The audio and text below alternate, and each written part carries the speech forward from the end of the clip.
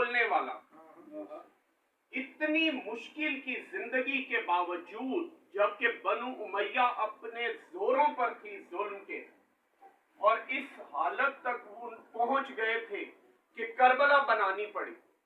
और करबला के बाद किसी भी हुक्मरान की ये जुर्रत नहीं हुई कि वो किसी इमाम को सरेआम तलवार से शहीद कर सके। इमाम ने करबला में आके ये मिटा दिया कि कयामत तक किसी की जुर्रत नहीं होगी कि वो हमारे सादात के सामने आकर इस तरह से जंग खड़ी करे। ये इमाम हुसैन अलैहिस्सलाम का बहुत बड़ा कारनामा था। क्यों इमाम अली अलैहिस्सलाम को मस्जिद में शहीद कर दिया गया? इमाम की भी विलादत का महीना है ना इमाम अली की। इमाम को मस्जिद में शहीद कर दिया गया। इतनी बड़ी तारीख की दहशतगर्दी जो आज तक चल रही है। लेकिन करबला बनाकर इमाम हुसैन अलैहिस्सलाम ने दुश्मन को ऐसा बेनकाब किया कि उसके बाद दुश्मन ने साजिशें तो इस्तेमाल की, लेकिन सरेआम खुले मैदान में नहीं आ सका किसी मासूम के साथ।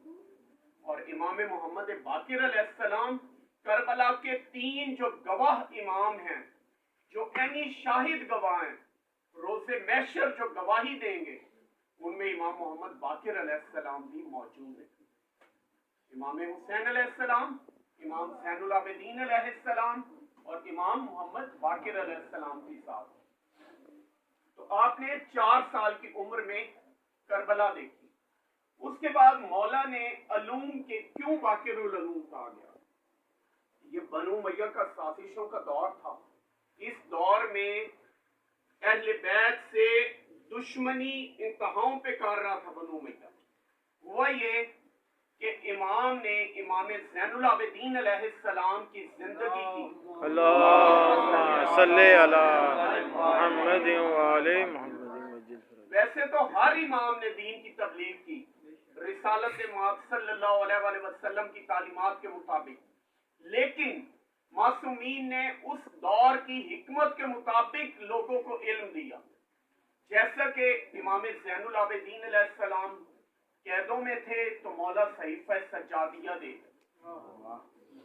सहीफ़े कामिला या सहीफ़े सज्जादिया ऐसी किताब है। मैं रिक्वेस्ट करूंगा स्पेशली अपने बच्चों से, बुजुर्गों से, कि कुरान मजीद रोज तिलावत की करें, नहजुल बलागा भी तिलावत की करें और कोशिश करें सहीफ़े कामिला भी पढ़ें तर्जुमे के साथ। ये ऐसी दुआएं हैं जिसमें तौहीद क्या, कायनात के तमाम अलूम दुआओं के सदके इमाम दे गए हमें, चौथे इमाम। और फिर बाकायदा तौर पर जिस इमाम ने मदरसे का कयाम रखा, बुनियाद रखी मदरसे की, जो कि रिसालत मौत के बाद मिट चुका था, इन्होंने खत्म कर दिया था।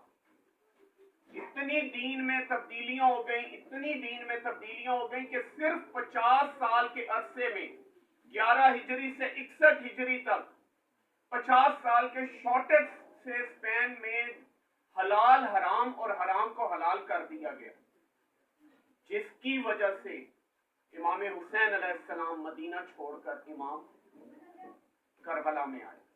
और इमाम सज्जाद अलैहिस्सलाम ने दुआओं के सदके दीन की तबलीग की, और फिर इमाम मोहम्मद बाकिर अलैहिस्सलाम ने बाकायदा तौर पर बुनियाद डाली मदरसे की। 57 हिजरी में इमाम दुनिया में आए और इमाम का टोटल ज़ाहिरी हयात जो थी वो भी 57 साल थी। 18 साल इमाम का इमामत का दौर है, जो इमाम अलैहिस्सलाम ने अपने बाबा की शहादत के बाद इमामत की है और लोगों तक दीन पहुंचाया है। और इस तरह इमाम 114 हिजरी में दुनिया से रुखसत हो गए। तो ये तो थी इमाम मोहम्मद बाकिर अलैहिस्सलाम की जिंदगी। तो इमाम की जिंदगी से जो हमें पता लगता है, और मैं एक छोटा सा यहाँ से मैसेज भी दे दूं अपने भाइयों को, बच्चों को, कि मैं अक्सर लोगों से जिक्र करता हूँ कि 2018 में जब मुझे अरबईन पे जाने का शर्फ हासिल हुआ, तो मौला ने मुझे ये सादत बख्शी कि मैं एक नाइब इमाम आयतुल्लाह सिस्तानी साहब से मुलाकात मेरी। वैसे तो हर साल बशीर नकवी साहब से तो हर अरबईन पे होती थी मुलाकात, लेकिन आयतुल्लाह सिस्तानी साहब से जो थोड़ी सी गुफ्तगू हुई और जो मुलाकात हुई, उसमें उन्होंने एक एडवाइस की कि कोशिश करें आप तमाम और अपने मोमिनीन तक ये पैगाम पहुंचाएं कि इल्म हासिल करें। रिसालत माँ की भी हदीस है, इल्म हासिल करो।